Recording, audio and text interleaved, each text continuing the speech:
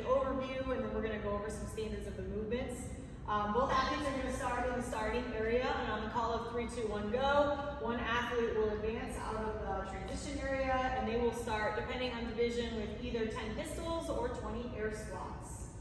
All right, after they've completed those reps, they can decide to tag out with a partner. Throughout this workout, you can tag out with your partner at any point. So Rebecca's just going to continue as if she had completed her squats or her pistols. She's going to take the sled now and start with a forward sled pull. So she's going to pull all the way down. And it's going to be a total of 80 feet. Forward sled pull. Once she clearly passes the cone, she's then going to turn the sled around, and now on the way back, it must be a reverse drag backwards.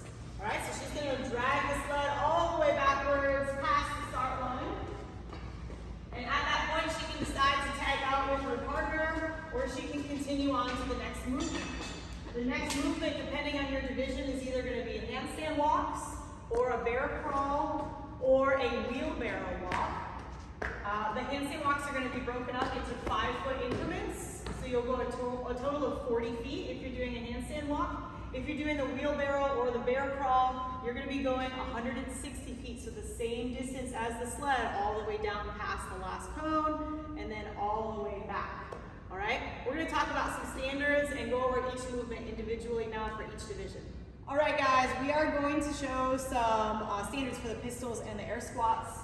So both athletes right now are starting in the transition area. So on the call of 3, 2, 1, go, one athlete will start or advance out. One athlete has to always remain in the transition area at all times, unless they're doing the wheelbarrow walk. That's the only time that both athletes can be outside the transition area.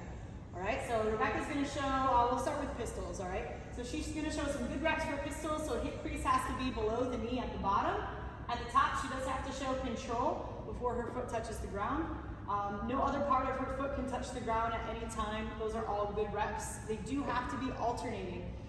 Let's say Rebecca does 1 rep on her right leg, all right, and she fails that rep.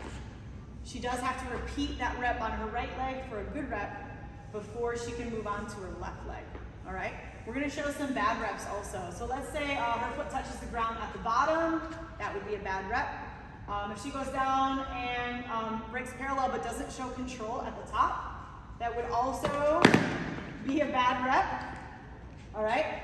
If her foot comes back and touches any part behind her leg or the ground behind her or anything like that, that's a bad rep. That opposing foot has to be out in front. All right.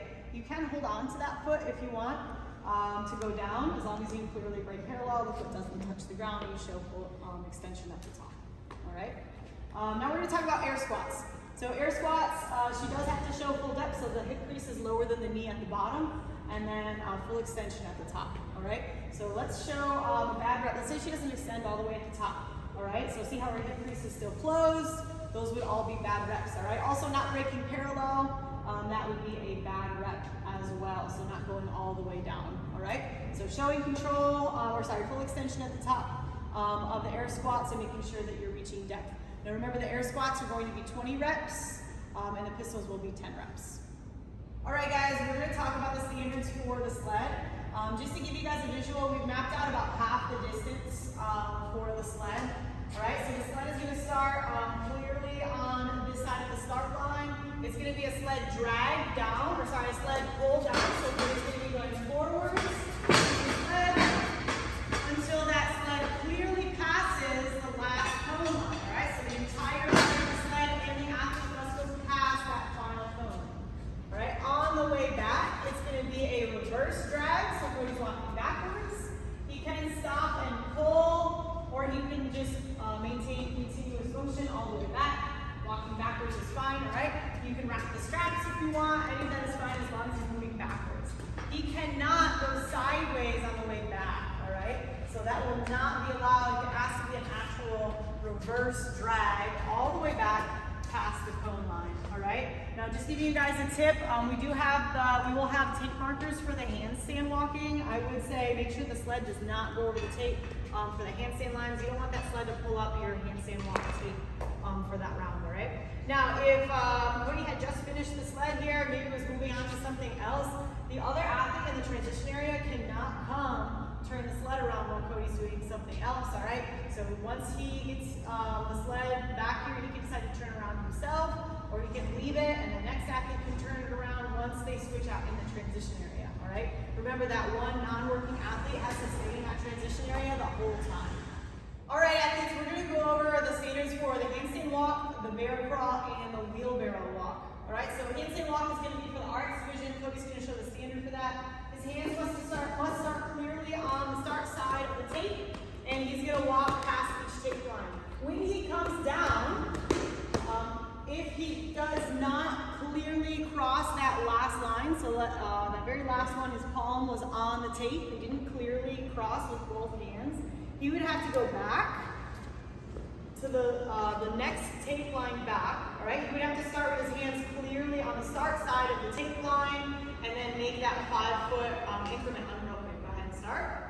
So hands are clearly on the start side, and both palms are clearly on the other side of the tape line, so that would be a good rep, all right?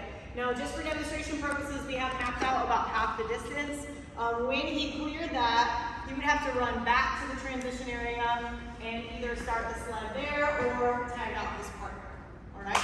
So now we're gonna show the wheelbarrow walk standard, all right? So we're gonna start clearly on this side of the cones.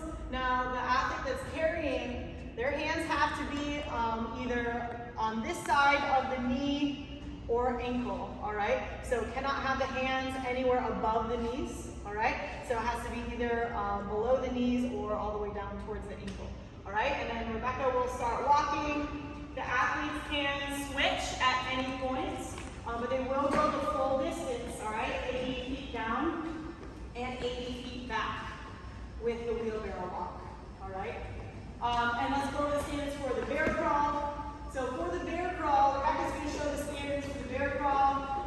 The hips have to be higher than the shoulders, and she does have to be weight bearing in her palms, so her palms are flat on the ground. She's not going to fingertip it, all right? So that would be a no rep. We can't have athletes just brushing the fingers on the ground.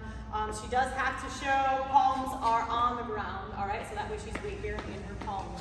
All right, the bear crawl also is going to be all the way down and all the way back, 80 feet down, turn around, 80 feet back until you cross that start line.